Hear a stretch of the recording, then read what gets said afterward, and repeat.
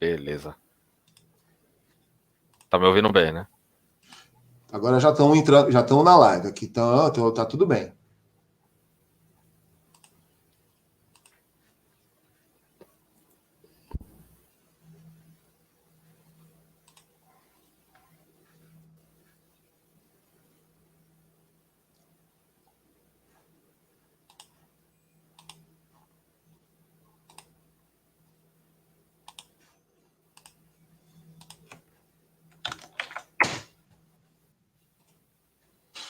E é isso aí, pessoal. Boa noite a todos, boa noite a todas. Estamos começando mais um microcurso, né? Que inventamos aqui de fazer, né? O Carlos está arriscando o seu bom nome aqui com esse cara aqui que vos fala. Vou abrindo a live aqui para todo mundo ver. Já passei o link aí para você, já passei para todo mundo que quiser acessar aqui, estamos no YouTube. Vou distribuir o link também aqui no meus Facebook da vida aqui.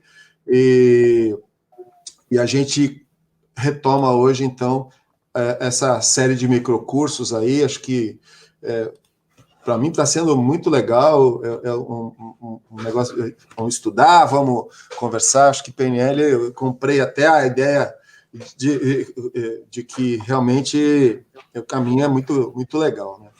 Carlos, tudo bem? Boa noite. Desculpa, eu falo demais. Boa noite. Fala não, tá ótimo. Boa noite, né? Boa noite, pessoal aí que ainda talvez não tenha entrado, mas que vai entrar aí, que vai ver o vídeo depois também. Né? Uma ótima noite aí, um ótimo dia, uma ótima tarde, dependente do horário que você esteja vendo esse vídeo. Estamos aí dando continuidade aí ao processo, né, Márcio? O que você acha? Eu estou adorando aqui, estou estudando, a gente acaba... o Carlos me colocou, eu estava em dúvida, quer fazer um relato, né? Porque acho que é importante, a gente sempre é bom compartilhar as nossas experiências, né?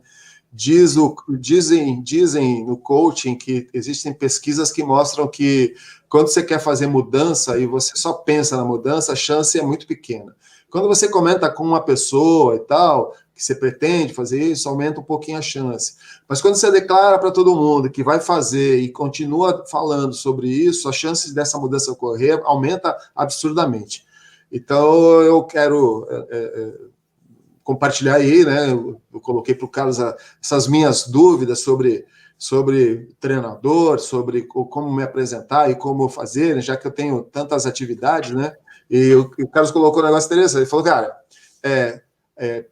especialista em PNL, né? Eu pensei até, eu falei para ele, né? Pô, de repente, especialista. Ele falou, você vai se obrigar a ser especialista em PNL, né? Ou seja, você declara as coisas, né? Como eu pensei, né? Formação eu tenho, né? Atuação tenho, né? Então, quer dizer, é um negócio de poder cada vez mais dizer, daqui passa para mim, eu também quero. Então, estou me apresentando aqui no banner do nosso microcurso também como especialista em PNL. Quero agradecer aqui ao empurrão do Carlos. Ó, o Diego está aqui com a gente também. Opa, boa noite, Diego. Aquela história, né? Se você se propõe a ser... uma coisa que o Cláudio Lara sempre falou para mim, por exemplo, né? O Cláudio Lara, que é da Sociedade Internacional de PNL, aí é meu mentor, né? Dentro da área de PNL.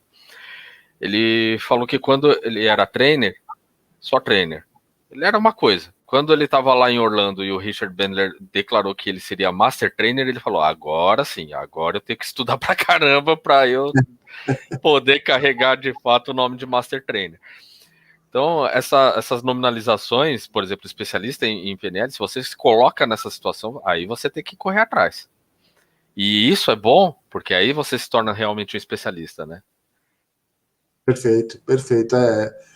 É a declaração, né? Você não tem como escapar depois que você se coloca nisso, né? Eu acho que tem muito disso hoje em dia, né? A gente vê muito gente fazendo curso de um monte de coisa, né? Na ideia de que é preciso conhecimento, mas o conhecimento sozinho, né? Sem a prática, sem você se colocar. E é interessante, né? Para você ter a prática, você tem que dizer para as pessoas, né? que você faz isso, né? Se você, né, a história do pitch elevator lá, né, que o pessoal de vendas fala, pô, você tem que ter uma apresentação descendo o elevador de um andar para o outro, encontrar uma pessoa, a pessoa perguntar o que você faz, você saber o que você faz. Então, você dizer que eu faço isso, pronto, já chegou o andar, já foi. Então, especialista, no meu caso, especialista em PNL, é uma coisa muito legal. Posso fazer outras coisas? Posso fazer outras coisas. Poderia me apresentar com outras coisas? Poderia me apresentar com outras coisas. Mas, para o nosso curso aqui, o importante é que faça sentido eu estar aqui, senão eu sou uma tartaruga, como é que diz o outro? Sou uma tartaruga na árvore, né? E já que eu... Então é isso. Então, quem sabe a gente vai caminhando assim. Bom, vamos começar o nosso microcurso aqui, senão ele acaba virando um super curso. Isso aí. Sim, bora lá. Né, cara? Eu vou adorar a gente montar um super curso aí, mas eu acho que tudo vai no seu caminho, né? Sim. Eu falei para o Carlos desse livro aqui já que é um curso, uma coisa mais mental, mais, né, de pensar, mais de transferência de conhecimento, né? Eu tenho esse, deixa eu ver como é que faz. Opa, esse livro aqui, ó, Treinando com a PNL. Eu peguei algumas coisas daqui e, principalmente, eu queria fazer um resgate, né? A gente conversou aqui e o Carlos aceitou aí, a gente fazer um resgate sobre o que é programação neurolinguística, já que a gente está falando basicamente um curso de PNL, né? Então, eu vou aqui ler para todo mundo esse resumão aqui desse livro Treinando com a PNL, do Joseph Connor e o John Seymour, né? Então, assim, pontos-chaves. PNL. A PNL trata da modelagem, estudando, compreendendo e transferindo as habilidades de excelentes realizadores em qualquer área. A PNL relaciona nossas palavras, pensamentos e comportamentos aos nossos objetivos e propósitos. Os modelos da PNL. O modelo completo consiste de crenças, ações e estratégias mentais. A aprendizagem pode ser considerada a partir de diferentes níveis neurológicos: ambiente, comportamento, habilidades e capacidades, crenças e valores, identidade ou missão. A PNL surgiu nos Estados Unidos na metade do década de 70, do século 20, né, quando John Grinder e Richard Bandler modelaram comunicadores excepcionais. A gente já comentou isso. Carlos, eu vou falando aqui, a hora que você achar que você deve intervir, fica à vontade, por favor. Claro. A PNL desenvolveu 2 modelos de linguagem. O metamodelo, que é como fazer, a gente falou, inclusive, no microcurso passado, né? O metamodelo, que é como fazer perguntas-chave para alcançar a estrutura profunda da experiência subjacente às palavras. E o modelo Milton, como usar palavras de forma propositalmente vaga para abranger todos os possíveis significados individuais. As palavras e a linguagem corporal estão relacionadas à nossa maneira de pensar. Existem 3 principais maneiras de pensar: a visual, os sons e palavras, que é a auditiva, e sensações, que é a sinestésica. As estratégias da PNL. Uma estratégia mental consiste de maneira de pensar, visual, auditiva e sinestésica. Qualidade dessas imagens, sons e sensações, que são aí as submodalidades que a gente também falou no microcurso passado, e a sequência desses pensamentos. A modelagem e as estratégias proporcionam as habilidades para aprender como aprender. Aliás, vamos falar muito sobre aprendizado nesse microcurso aqui, né? Sim. A maior parte da aprendizagem e das habilidades ocorre no nível inconsciente. A comunicação. O modelo simples da boa comunicação envolve conhecer o seu objetivo, né, que aí tem muito a ver com a boa formulação de objetivo, né? Ser sensível ao feedback, ser flexível e ter diferentes maneiras para atingir o objetivo. E a perspectiva, que é adotar perspectivas diferentes, é uma importante habilidade analítica e de comunicação. A primeira posição é a sua própria realidade. A segunda posição é a realidade do outro. E a terceira posição é a visão geral, sistêmica de ambas. Quanto mais perspectivas você tiver, mais informações valiosas obterá. Aliás, encerrando essa fala aqui, né, sobre a questão aqui dessa perspectiva, né, que é a primeira posição, que é a própria realidade, a segunda posição, que é a realidade do outro, e a terceira posição, que é a visão geral sistêmica, faz parte do tema que a gente vai falar agora, né, que é o rapport, né. Sim.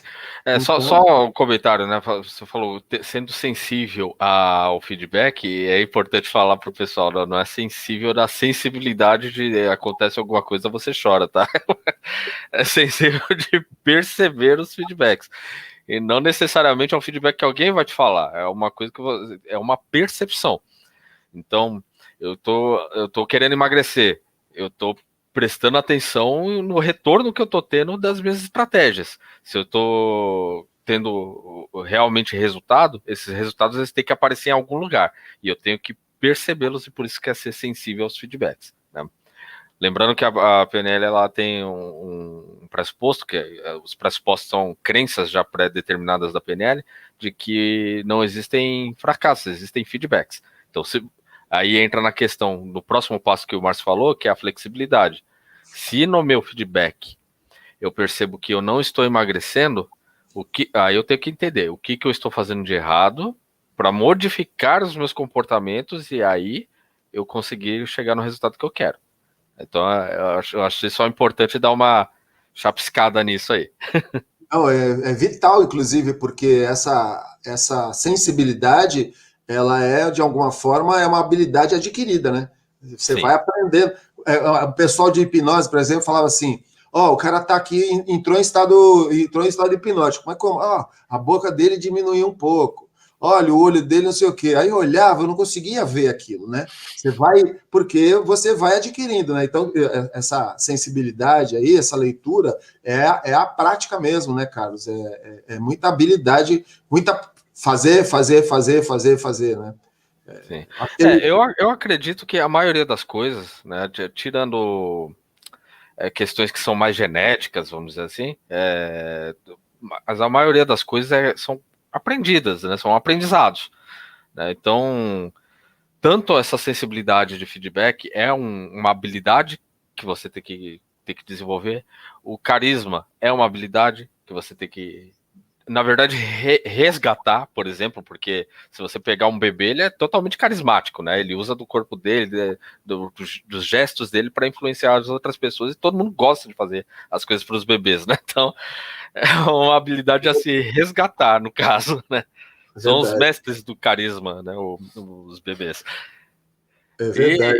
E, entre outras coisas que a gente consegue resgatar dos bebês. A gente falou na live passada, né? Na aula sobre submodalidades a respeito de aprendizado de idiomas, né?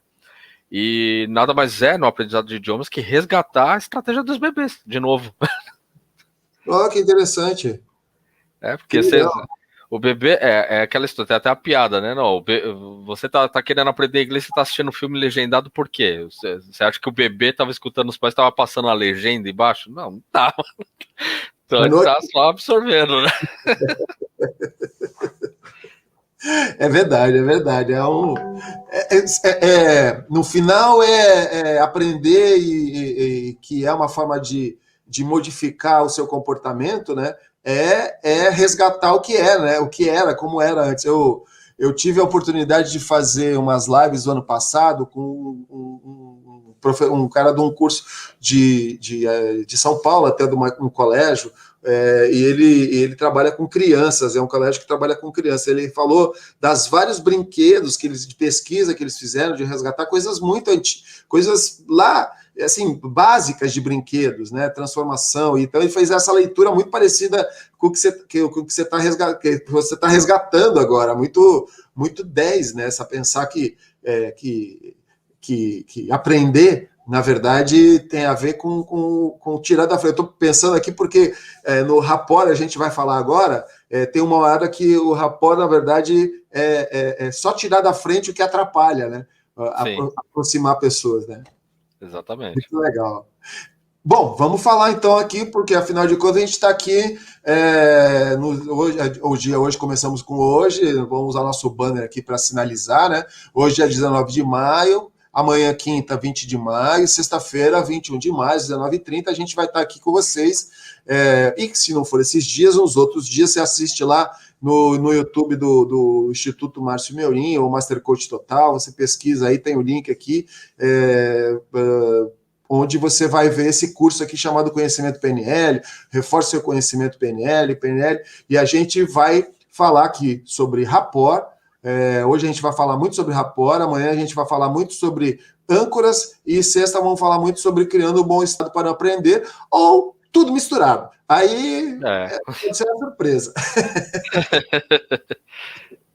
Bem, o que a gente vai começar falando então? Vamos ver se eu consigo aqui. Então, os microcursos aqui, né? Só para a gente ter clareza quem somos aqui, né? Então, vamos falar sobre rapport, tudo sobre âncoras e criando um bom estado para aprender, né? O Carlos Custódio, especialista em PNL, está aqui o e-mail dele. Se você ainda não fez uma sessão com o Carlos aí, aproveita que vai valer aquelas coisas lá, as palavras para esses dias, a gente acabou não conversando, né? A gente acabou não falando sobre isso, mas a gente, para quem assistir e entrar em contato até amanhã, o meio-dia, tá assistindo agora, agora ao vivo, e entrar em contato em algum desses e-mails amanhã até o meio-dia pedindo por uma sessão, aí a gente vai conseguir fazer um negocinho legal para vocês. Olha lá, esse é o homem. Tá vendo? E eu aqui também, estamos juntos, somos licenciados só, né? Assim, Practitioner e Master Practitioner PNL, com o Richard Bandler, o super treinador, o Claudio Lara. Então é isso aí, é da onde a gente veio, é da onde a gente é a nossa turma. Então vamos lá, vamos falar sobre rapport aqui. Eu vou passar um monte de coisa aqui, e aí eu vou falando e o Carlos vai intervindo e ficando, enfim.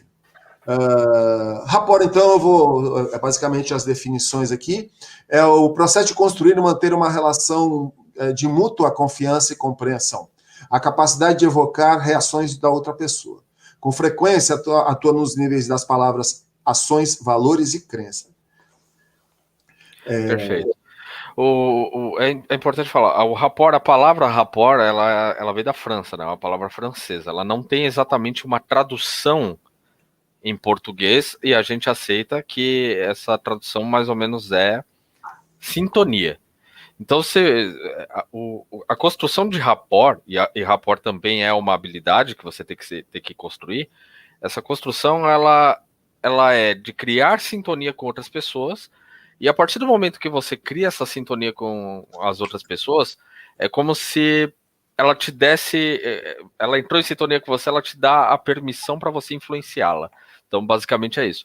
Então, para um bom trabalho terapêutico, por exemplo, é bom construir um bom rapport. Para um bom trabalho de vendas, é bom construir um rapport. E o rapport, ele vai ajudando em muitas outras coisas também. Era o comentário que eu queria fazer, Márcio. Muito bom, bacana. Mas a gente deu uma pesquisada aqui, está usando muito, interessante, né? Porque o mestre, o Richard Bandler, o próprio Grinder, né? Mas a gente eu pelo menos pessoalmente descobri aqui o Joseph O'Connor como um cara que escreve muito sobre isso. Então eu puxei do livro dele aqui, ó, esse material todo aqui que eu vou fazer questão de ler para vocês, porque afinal de contas é importante o que ele fala aqui, né? Então está no manual de programação neurolinguística, segundo o Cláudio, segundo o Carlos, né? É praticamente o definitivo sobre PNL, né? Então, ele fala o seguinte sobre rapport: criamos nossos relacionamentos pelo que fazemos e como pensamos. Para sermos influentes em qualquer relacionamento, precisamos de rapport. Rapport é qualidade de um relacionamento de influência e respeito mútuo entre pessoas. Não é uma qualidade de tudo ou nada que você tem ou não tem. Há graus de rapport. Uma pessoa não tem rapport até que construa um bom relacionamento com outra pessoa. Então, ambas têm rapport. Rapport é natural. Não precisamos criá-lo, e sim deixar de fazer aquilo que poderia estar impedindo, né? Então, tem mais coisas sobre isso, mas assim, é muito claro que estabelecer rapport muitas vezes deixar rolar, né? Não querer impor ou querer ser algo que você não é. É querer estabelecer. A ideia de aprender com quem você acha que você vai ensinar é uma forma de rapport, é uma atitude que você baixa a sua guarda, não porque faz parte de uma pretensa disfarçada arrogância, né? Eu vou ser humilde aqui, então eu vou me interessar artificialmente pelo outro. Não, isso não vai rolar um rapport nunca. né? Então, é o que é muito, por isso que eu achei legal essa parte que ele fala, não precisamos criar, ele deixar aquilo que poderia estar impedindo, né? Que é a história da criança, né? Resgata deixa a sua criança interessada. É que é a história do parquinho infantil, você falou de criança, né? Eu sempre gosto de falar sobre isso também. Mas olha lá um playground, um parquinho onde as crianças estão brincando. Elas naturalmente se interessam pelas coisas dos outros, às vezes até extrapolam querer pegar para elas, né? Mas elas basicamente se interessam e socializam, né? Entre elas, isso. É muito interessante isso, né, Carlos? Sim, não. Se você pegar, por exemplo, não só crianças, vamos pegar adolescentes jogando futebol na época da escola, né? Todo mundo interessado em todo mundo. Todo mundo, o cara ali é bom de bola, o que ele tá fazendo? O cara começa a observar bem o que o outro tá fazendo, aí começa a conversar, a trocar, ter aquela troca de ideias, então o interesse é real. E esse interesse real, ele é uma ponte magnífica para o rapport, né? A partir disso é que começam as coisas. Quando eu sou adolescente, por exemplo, eu vejo alguém que joga muito bem futebol e eu me interesso por isso e eu vou falar com ele, o que eu tô fazendo? É aquilo que eu falei antes. Eu tô dando permissão para ele me influenciar. Tá, você joga bem. Me interessei de verdade pelo que você tá fazendo. A gente tá aqui batendo um papo legal. Me explica, o que você faz? É isso. Muito legal, bom, enfim, vamos caminhar, porque tem mais texto aqui para a gente destrinchar. O O'Connor continua, ele diz assim, rapport não é manipulação. Pessoas que manipulam pode parecer que estão construindo rapport, mas como não estão permitindo estar abertas à influência, porque não respeitam as outras, não há rapport em seus relacionamentos. Para sermos influentes, temos que estar dispostos a sermos influenciados. Assim, quando construímos rapport com outra pessoa, também estamos dispostos a sermos influenciados, né? Essa atitude de se colocar, se a gente puder usar a metáfora de jogo, se colocar no jogo para jogar junto, né? É interessante. Eu, no curso de coaching, né, a gente sempre fala assim, né? E até o Jung, né, fala isso também de uma forma mais direta. Ele fala assim: por mais que você estuda e tudo mais, o que importa é que quando estão juntos numa sessão são apenas duas almas, né? E é importante isso, né? No coach se fala que no IBC lá, né, no coach com alma, né, que é aquela história, quando dá tudo errado numa sessão, você ama o teu coach, né? Então, assim, né, esse amar aí não precisa ser necessariamente uma coisa romântica, né? Mas é no sentido da humanidade, né? Eu acho que rapport tem muito com isso, né? Aliás, eu vou querer, se você me permitir, tem um trecho do Bandler aqui, onde ele fala sobre espelhamento. Claro. Espelhamento. E isso é muito legal, porque ele fala assim, quer ver? Ele fala, esse aqui nesse livro aqui do... Opa, deixa eu abrir. Sapos e Príncipes. Isso, Sapos e... Exatamente. Que, inclusive, tu tinha dado a dica e a gente vai atrás. Ele fala assim, o espelhamento, né, é a base do que a maioria das pessoas denominam de relacionamento. Aí ele chama rapport. Ele chama de rapport como relacionamento aqui. Havendo tantas dimensões dele, quantas forem as que sua experiência sensorial conseguir discriminar. Pode-se espelhar os predicados e a sintaxe da outra pessoa, sua postura corporal, sua respiração, sua tonalidade de voz e o andamento em que fala, sua expressão facial, as piscadas de seus olhos, etc.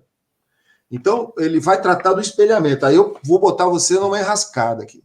Como é que é rapport e como é que é espelhamento, né? A história do neurônio espelho, como é que é eu me colocar nessa atitude? Eu estou fazendo rapport quando eu busco isso?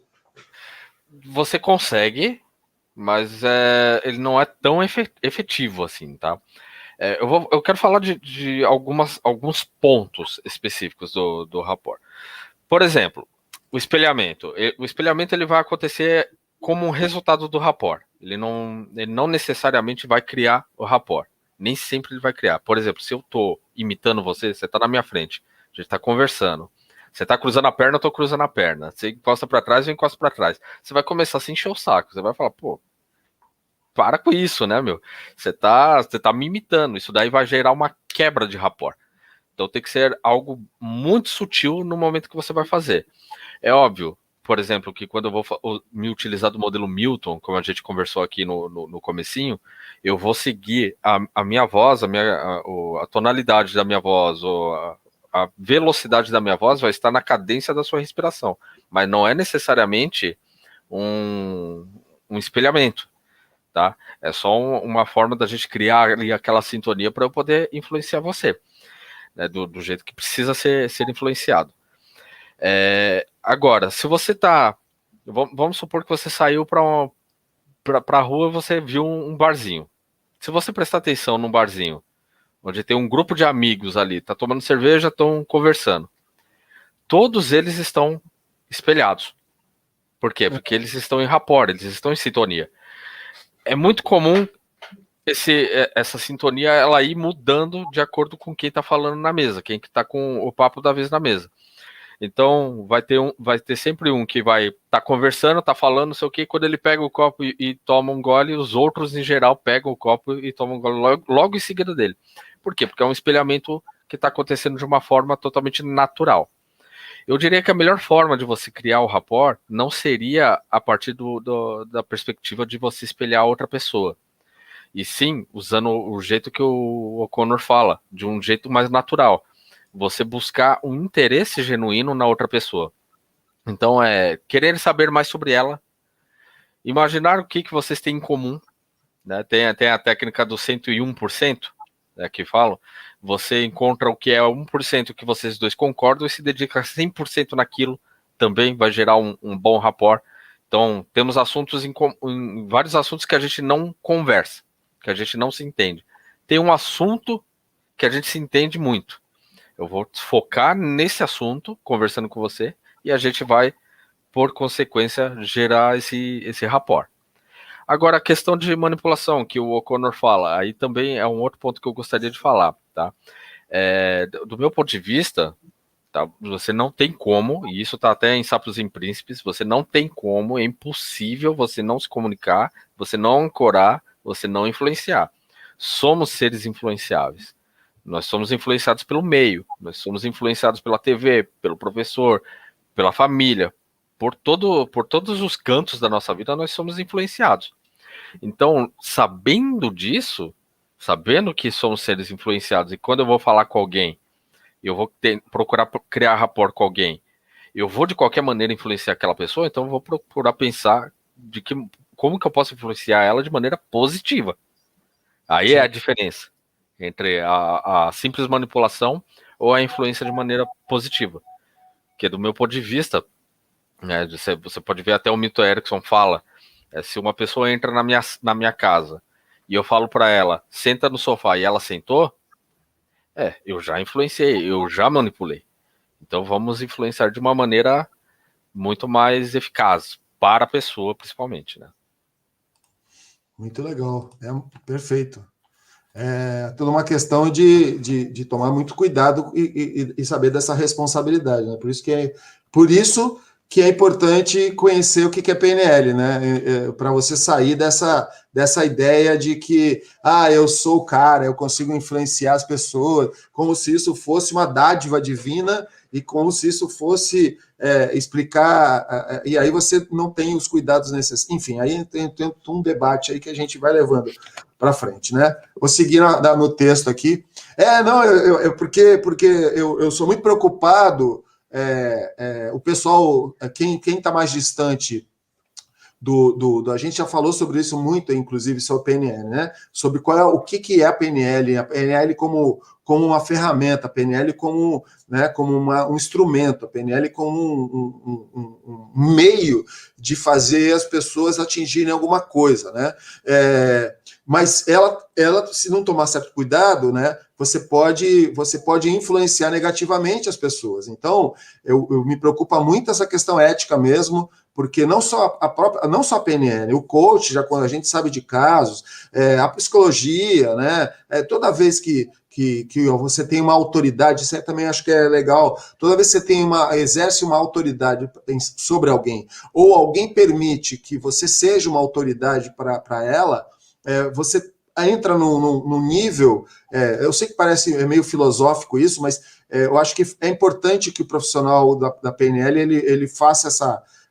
Até porque eu acho que o cara que chega a ser profissional da PNL ele tem isso nele já. Ele já fez essas reflexões, né, Carlos? Então acho que é importante, não custa, já que a gente está aqui tentando trazer pessoas novas para a PNL e ao mesmo tempo fazer essa reflexão com quem já é da PNL, acho que é importante sempre.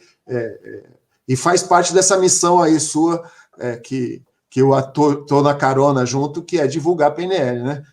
Sim. O complicado nesse sentido é que nem todo mundo vai pensar sempre como a gente, né? Então, é muito comum você ver em treinamentos de PNL pessoas que estão buscando a ferramenta para influenciar as pessoas para ter dinheiro só. É esse o ponto da pessoa.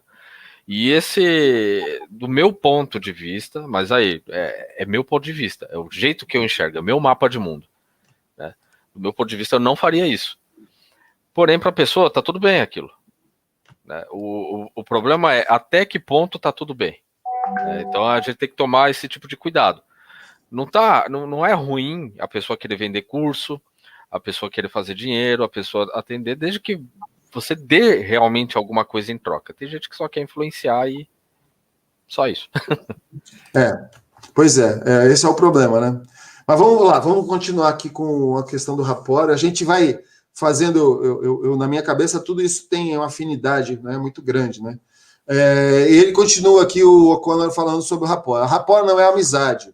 Estar em rapport geralmente é agradável, mas você pode ter rapport e respeito mútuo e mesmo assim não se dar bem pessoalmente com a pessoa, né?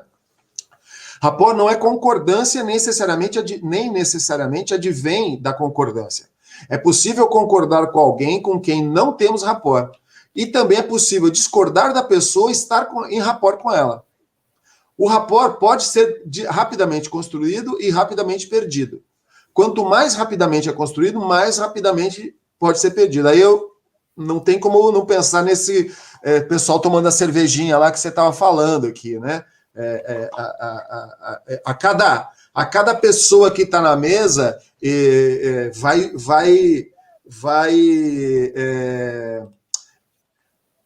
vai flutuar o nível de rapport, né? Porque ele fala, inclusive, dos graus de rapport. Porque, claro, tem pessoas e as pessoas no grupo, elas têm a sua função. E o grupo vê pessoas, das suas pessoas, os seus integrantes, com um olhar diferente. Então, por causa disso, pode ser que algumas pessoas ali, naturalmente, consigam ter rapport com mais ou com menos.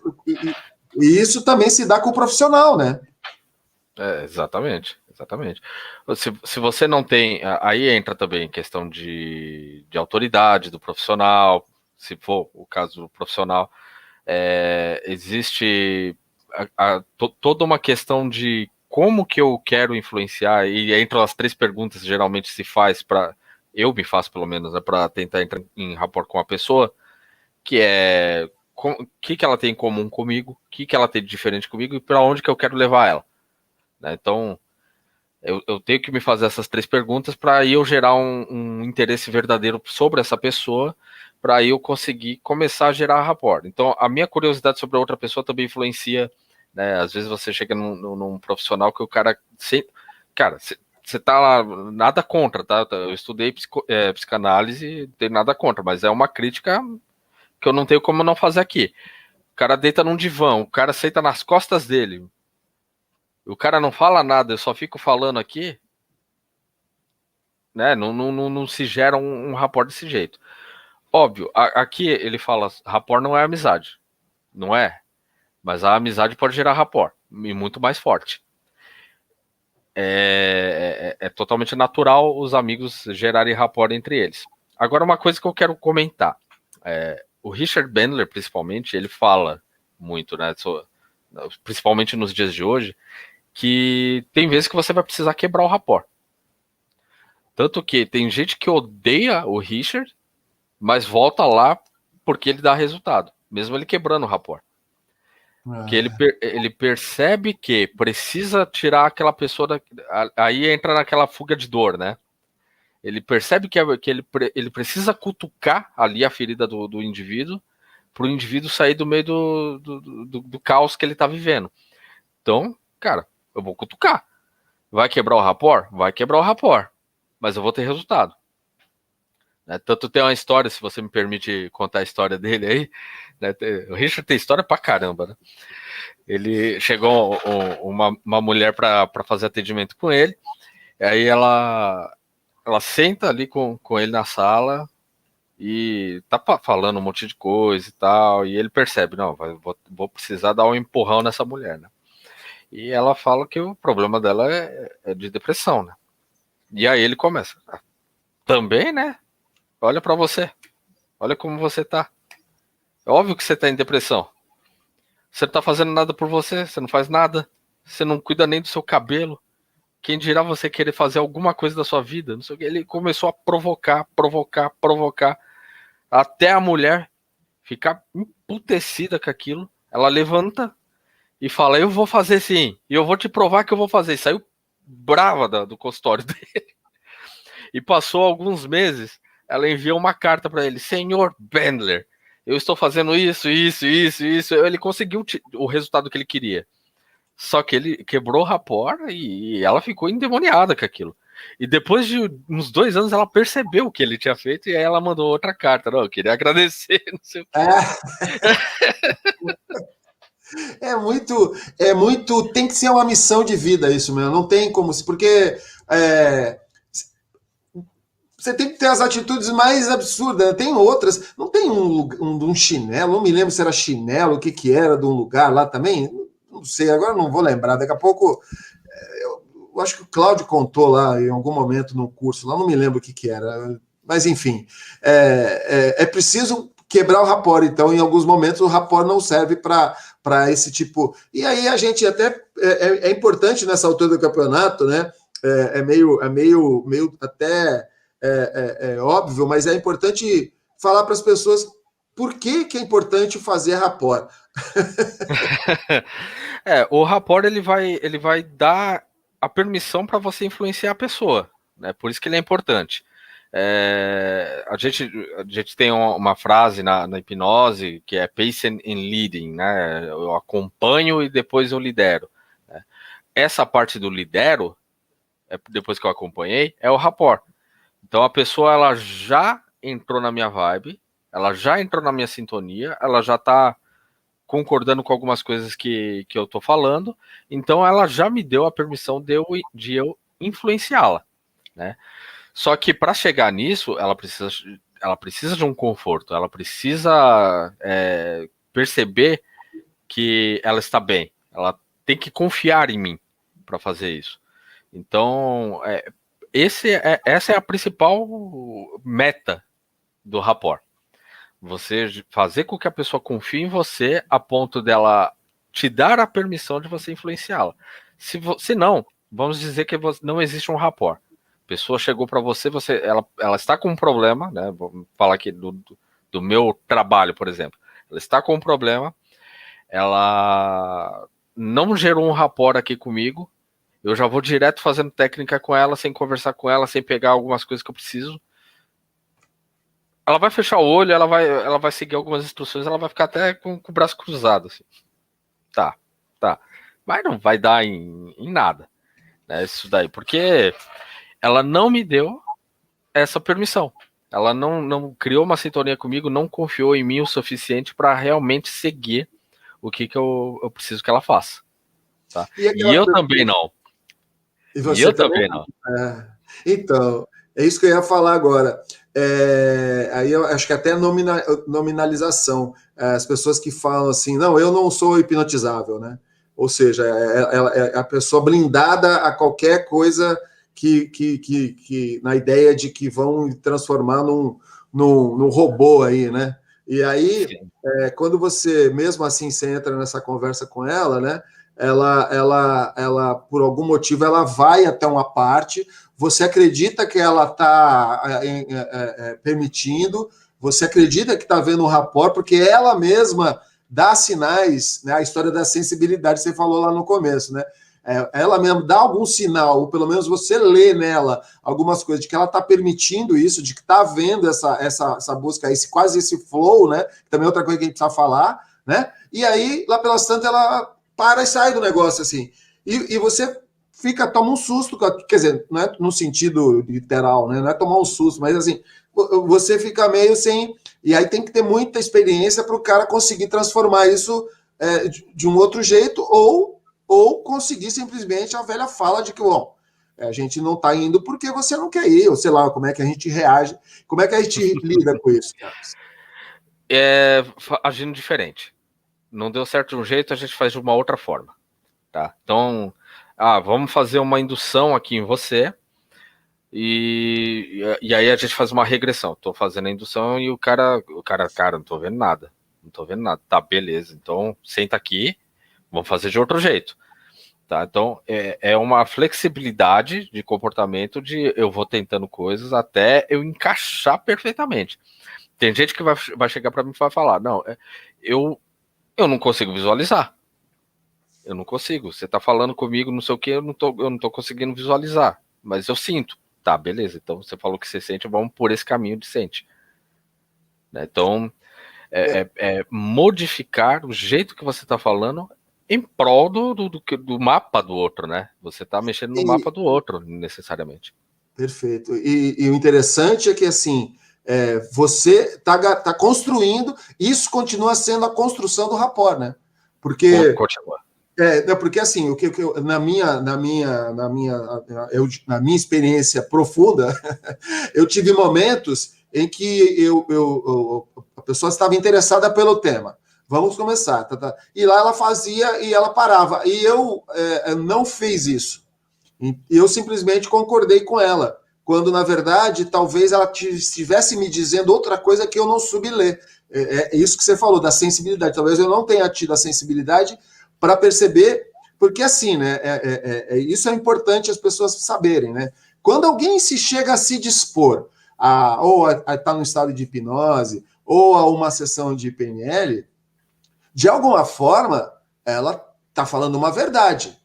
Ela pode estar com medo, ela pode estar insegura, mas ela permitiu. Então, o que você... Aí a história... Isso que é importante deixar claro o que você falou, de liderar e acompanhar, né? Aliás, de acompanhar e liderar, né? Porque, na verdade, você vai levar essa pessoa para algum lugar e depois você vai liderar. É mais ou menos isso. É perfeitamente isso. Né? Você tem que acompanhar a ideia da pessoa. Eu concordo. Uma coisa que o Richard faz que eu acho de uma maestria incrível, e eu procuro fazer isso sempre. A pessoa me traz um problema. Eu tenho. Vamos supor um problema. Eu tenho medo de cavalo. Eu não vou falar, pô, vai ter medo de cavalo, meu. Cavalo é tão bonzinho, não sei o que, não vou falar esse tipo de coisa. Eu acredito que ela tem o medo de cavalo e eu falo, pô, como é que você faz para produzir esse medo de cavalo? Então eu quero o máximo de detalhes que eu posso dela. Eu tenho que acompanhar o raciocínio lógico dela. Porque a partir do momento que eu pressuponho que o que ela tá me falando é verdade, tá? E eu não imponho o meu mapa no meio do processo, eu tenho muito mais chance de obter mais informações, de criar mais confiança, de criar essa sintonia para quando eu precisar fazer a parte da liderança, eu conseguir trazer ela muito mais fácil. Perfeito. Então, uma coisa do Richard, vou contar outra história do Richard, você me permite. Tinha um cara que ele era. Ele tinha. Qual é que é o nome daqueles caras que são neuróticos, eles acreditam que a CIA estava atrás dele, não sei o quê. Paranoico. Paranoico, isso. Ele estava com esse problema aí. E ele chegou pro Richard. Na verdade, chegaram pro Richard e falaram sobre isso. O que o Richard fez? Ele não foi atrás do cara. O cara estava trancado num quarto lá fazia 2 semanas. Ele não foi atrás do cara querendo conversar, fazer o cara mudar de ideia, ou não sei o quê. Aquele papo de sempre. Ele foi até o quarto do cara, lá no hotel, ele bateu na porta, o cara falou, quem é? Ele, sou eu, Richard. Abre logo, eu acho que estão me seguindo, não sei o quê. Ele entrou no mundo do cara, literalmente, ele entrou no mundo do cara. E o cara, não sei por que bulhufas, ele acreditou nele ali, eu acho que de tanta neurose, ele abriu a porta realmente pro Richard. Aí o Richard entrou e falou, meu, como que você pode ter certeza que eles não estão te filmando aqui? Vamos procurar se tem câmera. olha debaixo da cama. Aí o cara vai e olha debaixo da cama. Ele olha debaixo da TV. O cara levantou a TV, não sei o quê. Olha debaixo daquele livro. Aí o cara pegou, levantou debaixo do livro. Aí que o cara percebeu, falou, ué, por que debaixo do livro? Acho que esse cara tá mais louco do que eu, né? Aí, aí que ele olha pro Richard, e o Richard já tinha entrado no mundo dele e tava começando a bagunçar o mundo dele ali. E aí o Richard começou a trazer ele para fora. Mas é uma entrada violenta realmente no mundo, na percepção da pessoa. E aí sim você consegue a sintonia o suficiente para trazer ela para fora. Perfeito. São os aprendizados, né? Porque tem que ser muito louco para ser muito louco para trabalhar. Só o Richard é o cara mesmo, né? Não, é sensacional. Muito legal. Bom, vamos seguir aqui. Deixa eu ver se tem mais algum. Tem mais ainda uma outra parte do texto que ele fala o seguinte: o rapport advém de assumir uma segunda posição. Isso é importante a gente falar depois, porque lá na PNL ele falou sobre primeira posição, segunda posição, né? Acho que é importante depois a gente se dar uma esclarecida sobre isso. O rapport advém de assumir uma segunda posição. Quando assumimos uma segunda posição, estamos dispostos a tentar compreender a outra pessoa a partir do ponto de vista dela. No processo, podemos nos conscientizar de que se soubéssemos o que ela sabe, se tivéssemos experienciado aquilo que ela experienciou e quiséssemos aquilo que ela quer, provavelmente estaríamos agindo como ela está agindo. Mesmo que no nosso ponto de vista, que é a primeira posição, o seu comportamento pareça estranho. Perfeito.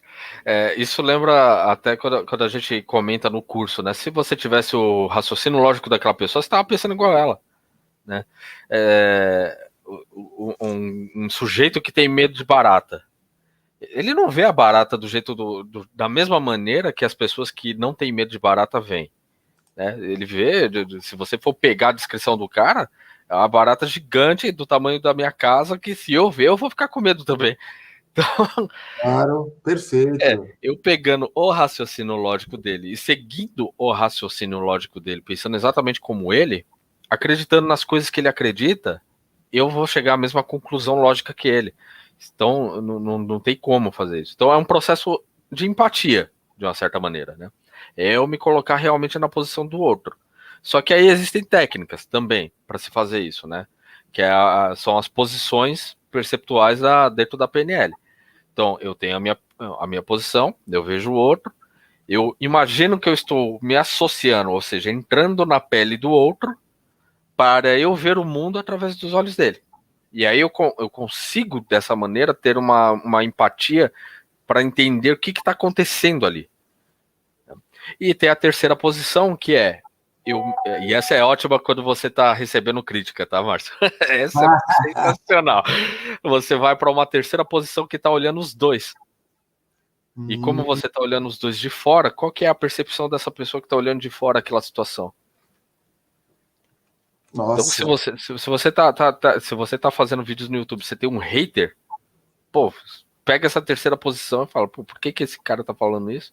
O que esse cara fez? Bababá. Pronto, você já tem uma outra percepção da situação que não é só sua nem só a do hater. E isso ajuda muito a aliviar, né, o processo. O Barack Obama, ele tem uma estratégia muito boa para lidar com crítica de dissociação. Né? Ele dissocia do processo e é essa posição, essa terceira posição. Quando criticam ele, ele fala: as pessoas elas nunca me veem. O que ele quer dizer com isso? As pessoas não conhecem ele. As pessoas veem alguns comportamentos dele.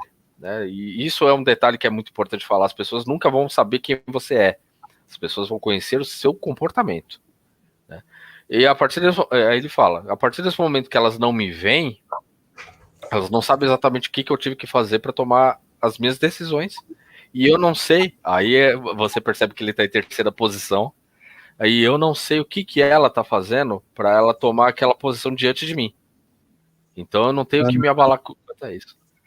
Então ele já está vendo de fora e isso daí faz com que ele lide muito bem com críticas, né? Principalmente críticas políticas de outro lado, né? E críticas até do próprio lado dele que ele teve que lidar.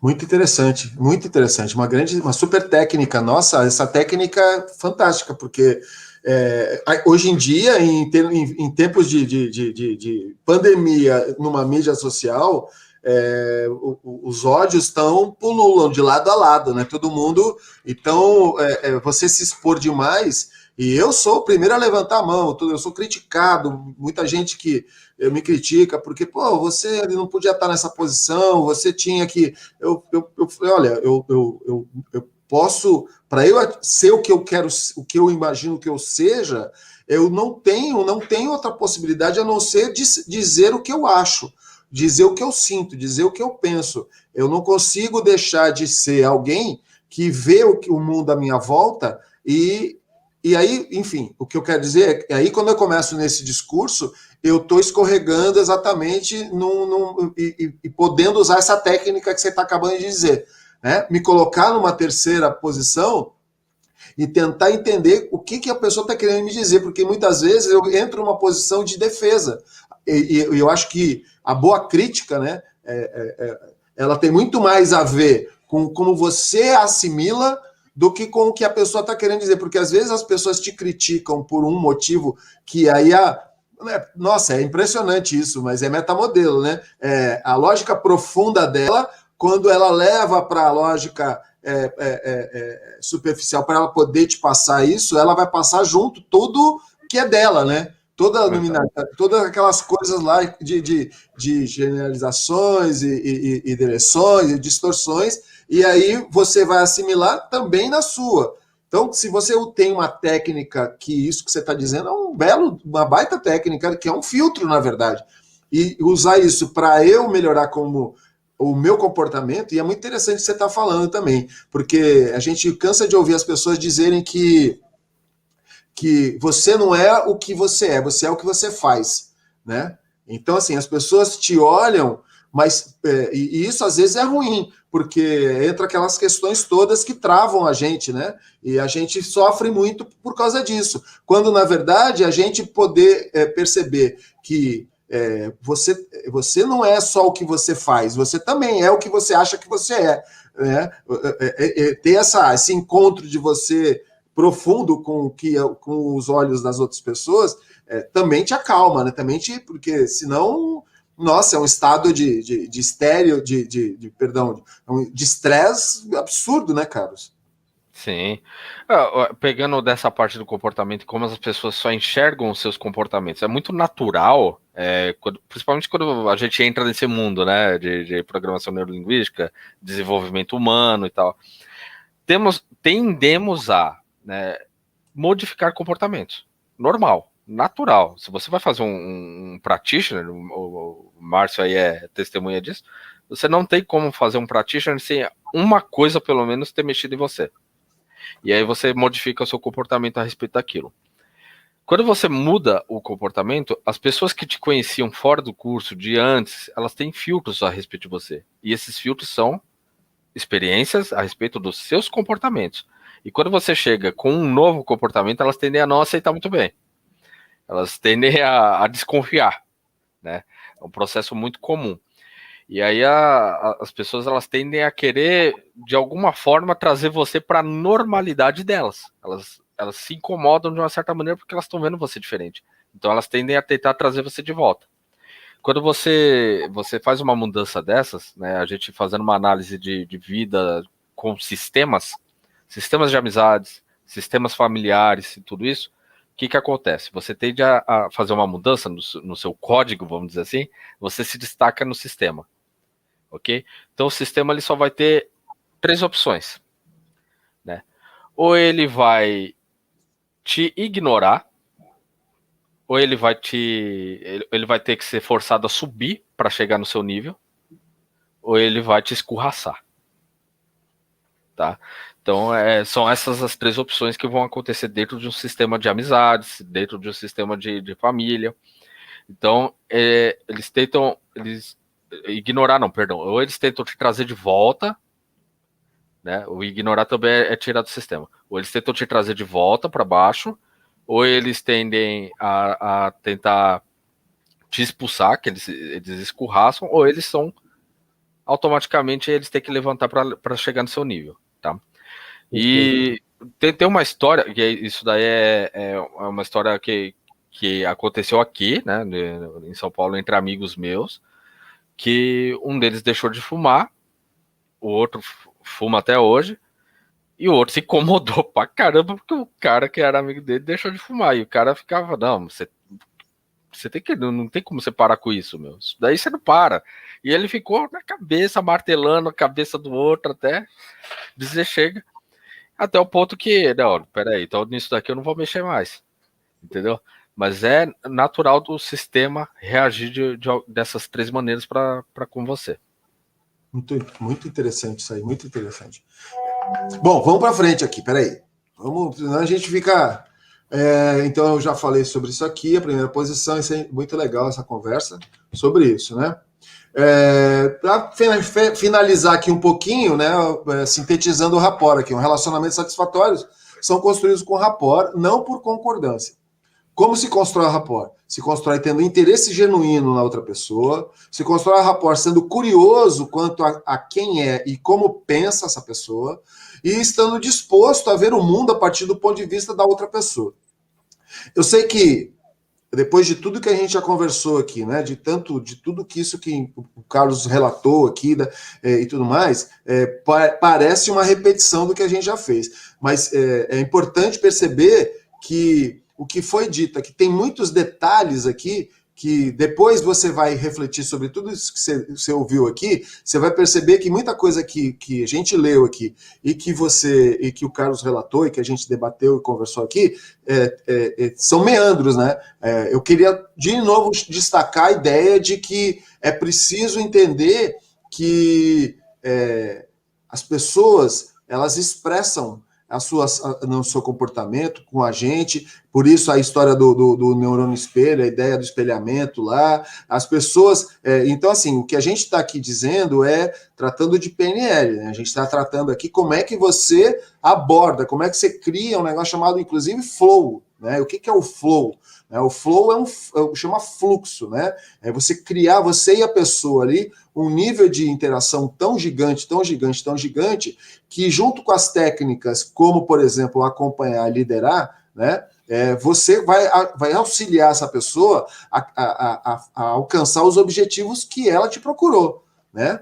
Agora, você também pode, detendo essas habilidades, você pode, num papel de liderança numa entidade, numa empresa, num sindicato, numa associação, numa relação profissional, enfim, numa relação familiar, o que for, de grupo, você pode melhorar a forma como você contribui para que as pessoas sejam pessoas melhores, né? Como é que você vê essa história, Carlos, de o que é ser melhor, né? Como é que é isso, né? Eu sei que você vai falar para mim, eu pergunto, vamos lá, o cara chega para você e fala, eu quero contratar você, e aí? Tá, quer me contratar exatamente para quê? Primeiramente, né? Eu tenho que saber qual que é o seu objetivo. Tá? Perfeito. Questão de ser melhor, é melhor em relação ao quê? O que você faz hoje que você não acha que é bom? Aliás, pode achar que é bom, quer ser melhor, mas o que é melhor para você? E é melhor em relação ao quê? Então tem toda essa questão de... Eu sempre vou acabar detalhando muito mais nesse sentido, né, do que fazer um abstrato desse tipo de coisa. Mas, digamos, a pessoa chegou para mim, ela quer me contratar, eu falo, eu tenho que entender primeiro qual que é o objetivo dela. Entendendo o objetivo dela, eu vou começar a investigar realmente o que está acontecendo com ela para ela ter o resultado que ela está tendo hoje. Então, estado desejado, depois eu vou para o estado presente, e aí eu começo a funilar aqui no estado presente a ponto de eu pegar toda a estratégia que ela está usando, para aí eu conseguir fazer alguma modificação. E aí seriam as técnicas, vamos dizer assim, né? E aí eu tenho que testar. Eu tô dando aqui o fluxo de pensamento, né, do negócio. Acho que essa que é a ideia mesmo. Eu acho que essa foi a provocação, né?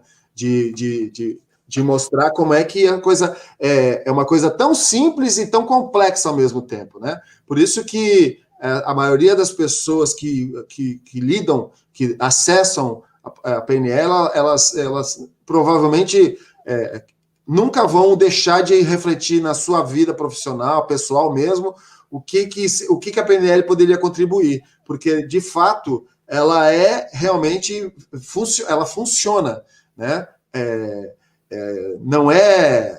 Não tem, voltamos a dizer como sempre, não estamos falando de tratamento aqui, estamos falando de coisas muito objetivas, né? Eu queria terminar, pelo menos essa parte falando do Conor, Carlos, terminando essa parte dele que ele fala ali no livro dele mesmo, que ele diz o seguinte: rapport e confiança, né? Então ele fala o seguinte: a confiança é um conceito abstrato, mas sem ela não poderíamos conviver, fazer negócios ou nos sentirmos seguros. Como o rapport, a confiança é baseada em um relacionamento, sendo, no entanto, possível em confiar em alguém sem que ele confie em você.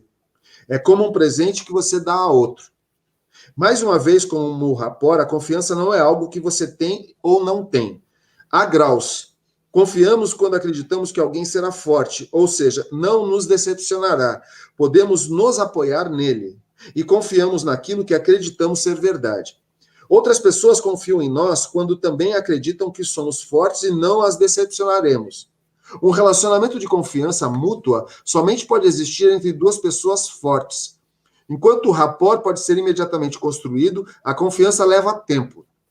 Precisamos testar a força de outra pessoa, aos poucos dando mais para ver o que acontece. Um relacionamento baseado em confiança mútua é um dos mais satisfatórios possíveis.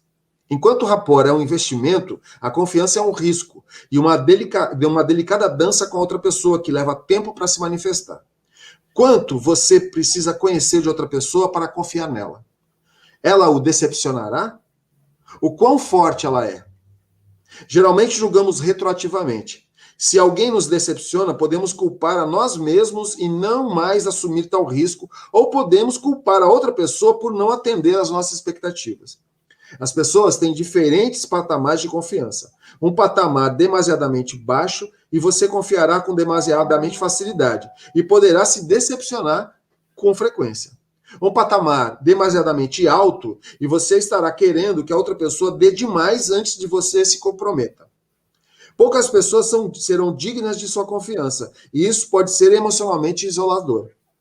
Uma das escolhas mais difíceis em relacionamentos pessoais é a de em quem confiar. Como você deve decidir confiar e quão vulnerável está preparado para poder confiar. Então, é muito legal isso aí. A gente conversou sobre a questão do rapport, né? Eu mesmo tive essas experiências né, que você começa e a pessoa ali tá, e às vezes a pessoa não, ela vai, mas ela volta, né? Aí você vê, o Carlos com a experiência, ele já vai levando a pessoa, porque ele já está conduzindo. Então, a ideia é essa, a ideia é você não deixar a pessoa sair daquela proposta que ela fez. Mas a verdade também existe a possibilidade de que essa pessoa ela tem um nível demasiadamente alto para se abrir para você. E aí tem que haver técnicas para isso, né, Carlos? Perfeito. Não, só um comentário. Eu não chego exatamente já influenciando. Essa parte do estado presente, onde eu vou decupando, é onde eu estou gerando a maior parte de rapport. Eu gero de cara, normalmente, né? Por exemplo, teve um cliente meu que ele chegou lá na hora do atendimento, ele estava cheio de anel, de corrente. Aí ele falou, deixa eu tirar os ferros. Ele falou assim, deixa eu tirar os ferros. Pegou, foi tirando as coisas. Eu falei, deixa eu tirar também. Peguei a chave, eu não uso tanta coisa, né? Peguei a chave, peguei o celular, joguei na mesinha, coloquei a carteira. Falei, agora a gente está livre de ferro. Pronto, eu acompanhei ele no raciocínio dele. Então, já é alguma coisa já para começar a fazer esse rapport. E eu estou acompanhando até o ponto em que eu percebo que a pessoa já gerou essa sintonia comigo. Tá? E aí, sim, aí na parte da técnica é que eu puxo. Aí eu puxo com tudo ela. E por base da minha experiência, tá? Existem técnicas e tal, mas a confiança, só um tratado sobre essa confiança que eu gostaria de comentar a respeito da minha experiência. a confiança, ela segue uma estratégia mental. Tá? Então, ela é como se fosse uma estratégia de convencimento. Eu me convenço que uma pessoa é confiável. Confiança é uma nominalização. Então, por trás dela existe uma crença, existe uma estratégia mental por trás dela. Quando eu sigo a estratégia mental que a pessoa tem, se eu conheço essa pessoa, se eu entendo o que essa pessoa faz, quando ela confia em alguém, eu consigo influenciar ela a confiar em mim. Ou eu consigo influenciar ela a confiar no outro. E aí acaba não sendo mais uma escolha da pessoa. E esse é uma coisa que pode ser problemática, pode não ser. Né? Depende de quem vai fazer isso. É uma ferramenta. Perfeito. Mas, como basicamente tudo que a gente aprendeu, tudo que a gente habituou dentro da nossa mente, a gente segue uma estratégia mental, ela deixa de ser uma escolha, vamos dizer assim, quando a gente passa a usar da estratégia mental. Ela acontece, ela roda automaticamente na nossa cabeça, e quando a gente vê, a gente já está fazendo. E aí a confiança é gerada, o amor, né, a paixão entre dois adolescentes é gerada através de uma estratégia mental. Né, então tudo isso acaba não sendo mais uma escolha consciente da pessoa. E é por isso que tem gente que tem uma estratégia mental mais de eu desconfio. E aí o cara é realmente o cara solitário. E aí ele não confia em ninguém mesmo. É muito difícil. Você tem que provar o seu valor para ele, porque a estratégia de convencimento dele de que você é alguém para se confiar demanda que você faça várias e várias demonstrações de que você é confiável. E esse cara é mais difícil de você chegar lá. Tem, por outro lado, a pessoa que você fez alguma coisa boa para ela numa primeira vez, pronto. Ela já passa a confiar em você. Então, é tudo uma questão de como é que é essa pessoa. O que ela faz dentro da cabeça dela para ela confiar em alguém. Então, é só um comentário que eu queria fazer, que eu peguei realmente devido à experiência de atendimento, experiência de conversar com as pessoas, dentro dos treinamentos, né, com o Cláudio Lara. A gente pega esse tipo de detalhe, né? Perfeito, perfeito. Basicamente, porque claro que tudo é importante, mas esses passos iniciais do processo, né, eles são decisivos para o sucesso desse tipo de relacionamento que vai começar ali. Você está falando de confiança e desconfiança, né? É dramático isso. É dramático, porque a pessoa que confia demais, ela, de alguma forma, ela eventualmente já tomou aí os seus tombos na vida, e ela desenvolveu até, de alguma forma, uma resistência maior a esses tombos. A pessoa que é desconfiada demais, ela provavelmente não desenvolveu essa resistência aos tombos. Então, é o tamanho da barata lá que você falou, né? O medo que ela tem de se frustrar é do tamanho da barata que o cara tem o medo da barata lá. É gigantesco. E o problema é que quando ela se frustrar, e ela vai se frustrar, porque não tem como isso não acontecer em algum momento da vida, por algum motivo, porque a sensibilidade dela à frustração vai aumentando, né? Porque vai aumentando o grau de desconfiança, né? É uma coisa muito. Chega a ser, eu acredito que isso chega realmente às beiras de uma doença mesmo, né? O cara pode levar um grau de paranoia mesmo, né? Gigante. Né? Quanto mais isolada a pessoa né, do mundo, mais problemática ela vai ficando. Exatamente. Então, e aí, quando a gente consegue, de alguma forma, isso numa questão de um processo de PNL, né, é detectado isso no nível natural, no nível comum, porque todos temos essa dose de desconfiança, né?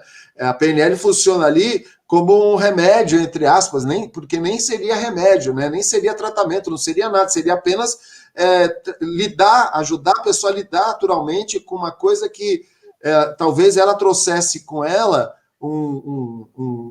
e lá na frente ela mantendo esse padrão, né, essa estratégia, fosse se realmente transformar numa coisa muito complexa. E mesmo numa dor emocional, numa doença que ela não conseguiria mais superar, a não ser com a ajuda de um psicólogo, ou até indo para outros caminhos lá, até do próprio psiquiatra, né? Quer dizer, essa é o campo da PNL, né? Isso é muito legal. Sim.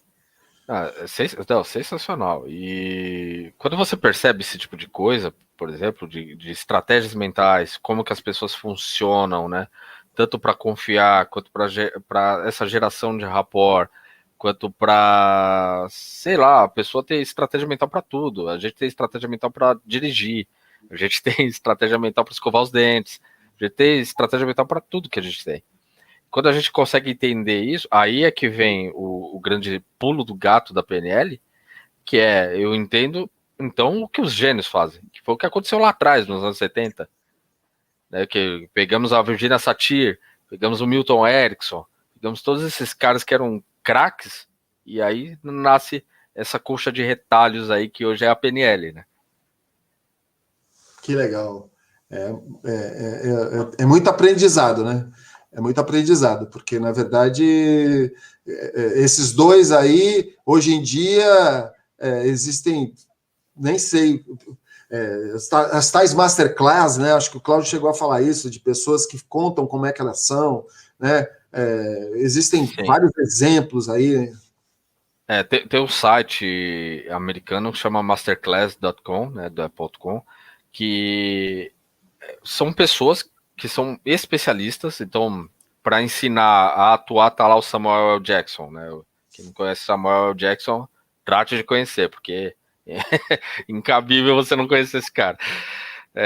Para tocar guitarra, tá o Carlos Santana também ensinando a tocar guitarra. Então, são especialistas que foram para esse local aí, para esse site, onde tem algumas pessoas que trabalham com PNL lá, que vão ajudar a decifrar esse modelo dessas pessoas e, junto com elas, criar um roteiro para elas darem aula dentro dessa plataforma. Então é muito interessante. É muito interessante mesmo, porque você começa a pegar, né, o jeito que o Carlos Santana pensa na hora que ele vai tocar guitarra, como que ele faz na hora dele fazer um riff. E aí você copia essas partes, né? Você começa a introduzir no seu mundo essas partes. E uma vez que você começa a introduzir no seu mundo, passa a ser seu. E uma outra questão, como é que a pessoa compra essa ideia, assume para si essa ideia, sem achar que está assumindo, aí vamos voltar de novo na vaca, é uma vaca fria, eu sei, que é como é que a pessoa faz isso tendo a clareza de que ela não está deixando de ser ela, né? É uma questão que geralmente aparece para mim, tá? Pô, você tá fazendo isso, mas isso vai ser superficial, não é meu, tá? A partir do momento que, eu falo sempre assim, a partir do momento que é na sua cabeça, são coisas que estão acontecendo dentro de você, internamente em você, e estão gerando resultados para você, é seu. Né? Você tem que colocar dessa maneira. Por quê? Por mais que, eu vou pegar aqui o jeito que o Bill Gates administra uma empresa. Dizer assim, vamos dar um exemplo bem, bem alto. Tá, eu peguei o jeito que ele faz aqui, eu não faço desse jeito. Eu começo a pensar como ele, agir como ele, para fazer uma administração como ele. A partir do momento que eu estou tendo resultado, os pensamentos estão vindo automaticamente na minha cabeça, estão gerando os meus sentimentos, é meu. Então, eu não tô entrando dentro do corpo dele, tô pegando a alma dele para mim, nada do tipo. É meu. Sim. É algo que eu assimilei já. Então, sempre vem isso daí. Outra coisa que vem muito, Márcio, que é importante falar, é quando a pessoa ela se recusa a fazer alguma técnica que você passa para ela, porque ela acha que isso é superficial. Ah, não, você tá forçando o meu cérebro a fazer isso. Pô, mas é óbvio. Se você tá vindo aqui com a situação que tá sendo ruim para você, eu tenho que forçar seu cérebro a pensar de outro jeito. Claro. Mas isso não significa que não é seu, porque a partir do momento que eu mudei dentro da sua cabeça, e você vai começar a pensar automaticamente de outro jeito, você já tá pensando de outro jeito depois daquilo, já era, já é seu. Não é superficial, é seu. Então, essas reflexões são reflexões de um eixo, né? Porque se a pessoa não tem essa clareza de que o que está acontecendo, ela entra num ciclo de questionamento, que neutraliza tudo. Ao invés de ela passar a ver a PNL como um benefício para ela passa a ver o PNL como um problema. Ela coloca o PNL na zona do problema, ao invés de na zona da solução. Né? Porque ela entra nesse questionamento de que. E por quê? Porque ela tem, provavelmente, na cabeça dela, a ideia de que pessoas que lidam com PNL, com hipnose, com coach, com coisa, são parecidas com pessoas que querem manipular você de um jeito que vai fazer você virar um robô. No final do raciocínio, a estratégia é uma estratégia de defesa da sua mente. A sua mente dizendo para você, olha, não faz isso, não entra nisso, porque ele vai a pessoa vai você vai ser dominado, você vai virar algo assim, né? Algo assim. Perfeitamente. E aí voltamos, eu estou falando a gente tudo isso para voltar para a nossa história do rapport aqui, né? Dessa história da confiança, que ensina o que você falou, né? É muito importante, daí a importância muito grande da questão do rapport, né? Porque ele vai ser sob o ponto de vista de quem está sendo o cliente aí, de quem está demandando o penelista, eu não tinha falado ainda de penelista. É verdade. Né? E quem vai demandar o penelista, ele na verdade, tem ele tem ao mesmo tempo uma demanda e ao mesmo tempo um temor, né? Lá dentro, talvez. Claro que, na medida que vai sendo construído o rapport, ele vai se solidificando, ficando mais forte, né? E aí eu pergunto, né? Aí do lado profissional, né? O profissional do PNL, ele uma vez começando um relacionamento com o cliente, esse relacionamento, a tendência é ele ir sendo cada vez mais forte, sendo cada vez mais. Você volta a ser procurado por pessoas que já procuraram você uma vez? Como é que é isso? Às vezes sim. Às vezes sim. Coisas bem particulares ali, né? Bem pontuais, mas às vezes sim. Eu geralmente não perco contato, tá? Tem gente que eu atendi ano passado que de vez em quando me manda mensagem, oh, como é que você tá? E tal. Não chego a perder o contato, porque a gente gerou realmente aquele rapport, a gente conversou sobre bastante coisa. Eu sou um cara que eu não tendo a abandonar o meu cliente, então marquei 2 sessões com ele, fiz uma sessão aqui, e aí tem a outra sessão na semana que vem, geralmente eu não largo o cara, eu falo durante essa semana aqui, eu vou e mando mensagem, oh, como é que você tá?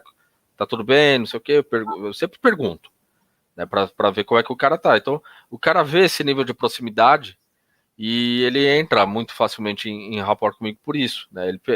Porque assim, não é aquela história do cara que, tá, vou pagar ele, vai chegar aqui no momento X, ele vai falar, não, acabou, vai lá para casa, depois a gente fala que eu posso que você voltar. Não, eu não largo, eu interrompo esse processo, né? Então, acabo que durante meus atendimentos, durante toda essa experiência com PNL que eu tive, tanto de alunos no curso Cláudio, né, aliás, você é um exemplo disso, fui ganhando amigos. Eu sou o próprio. Muito legal. Muitos amigos durante esse processo. É uma construção, né? É uma construção e é uma rede que vai se formando mesmo, muito legal. Carlos, eu já estou falando do Cláudio, falou coisa, eu vou ficar maluco aqui. Mas assim, a gente está caminhando para o nosso final da nossa aula. Eu vou dar só uma. A gente amanhã começa a falar sobre isso aqui, ó. Tudo sobre âncoras. A gente não. Só para mostrar um pouquinho aqui para dar o gosto, mas não muito. A gente vai falar sobre âncoras amanhã. Estejam preparados. Quem ouviu aqui a fala inicial do Carlos aqui, manda um e-mail aqui para o Carlos, ou manda um e-mail para mim aqui. A gente vai estar juntos e tentar construir alguma coisa aí, um trabalho para você, se você curtiu, tá bom? Tem mais vídeos lá no YouTube do Master Coach Total, ou Instituto Márcio Miorim, dá uma olhada lá, o curso tá lá, inclusive, o microcurso sobre metamodelo e submodalidades está lá, dá uma olhada lá, você vai curtir também, tá certo? E é isso, eu acho que, Carlos, palavras finais por hoje? Só condensando aqui, então, para você gerar um bom rapport, você tem que ter interesse genuíno pela pessoa, né? Faça as 3 perguntas: o que ela tem de diferente, o que ela tem de igual, para onde que eu quero levar ela, né? Então, 3 perguntas aí que você tem que fazer para você mesmo, para você ter interesse genuíno por essa pessoa. O espelhamento, ele funciona até certo ponto, você tem que tomar muito cuidado com o espelhamento. Ele vai gerar rapport? Vai. Mas é melhor que ele seja um resultado do rapport do que a construção do rapport em si, tá? E uma outra técnica que eu quero fazer, eu queria deixar ela por último mesmo, porque o Joseph O'Connor, ele fala, né, o rapport, quando ele é criado muito rápido, ele pode ser quebrado muito rápido também. Existe uma técnica que se chama eyebrow flash, que é a mexida da sobrancelha. Você pode testar isso com o pessoal na rua, tá? Quando você chega para cumprimentar uma pessoa, você levanta a sobrancelha e você sorri ao mesmo tempo cumprimentando a pessoa, você pode não conhecer a pessoa. Ela vai ficar confusa se ela te conhece ou não. Porque o cérebro dela identifica que aquele movimento ele me conhece muito bem e ele gosta de mim. Então ela vai começar a entrar na sua também. Então, você pode estar andando na rua, assim, você vê uma pessoa que você nunca viu, assim, você fala, e aí, tudo bem? Pronto. A pessoa, ela vai chegar na rua, tudo bom? Boa noite. Aliás, e aí você começa a manter o contato. E isso aí é muito você... legal, subversivo isso, né? É subversivo, porque, na verdade, quando você quebra essa bolha que porque as pessoas andam, parece que elas estão dentro de uma bolha, assim, né? Então, na vida delas. E essa ideia da hipnose, da PNL, essa ideia de que você tem a liberdade e o poder de entrar na vida do outro e falar, vem, estamos. Isso aí é muito legal.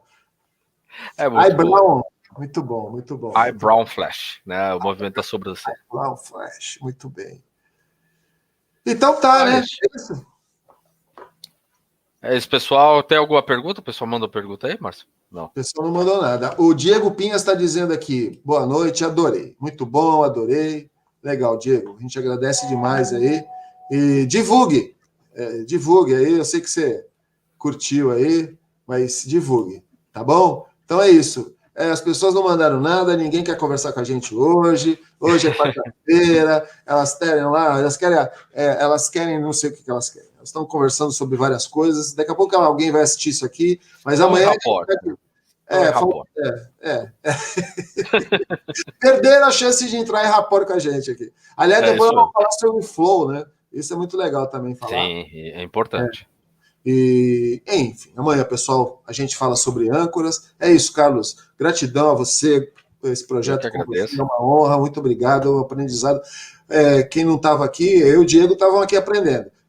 Vamos ver agora quem mais vai aprender outros dias. Está lá no Master Coach. E é isso, pessoal. Amanhã a gente volta. Carlos, boa noite, bom descanso. Gratidão a todos.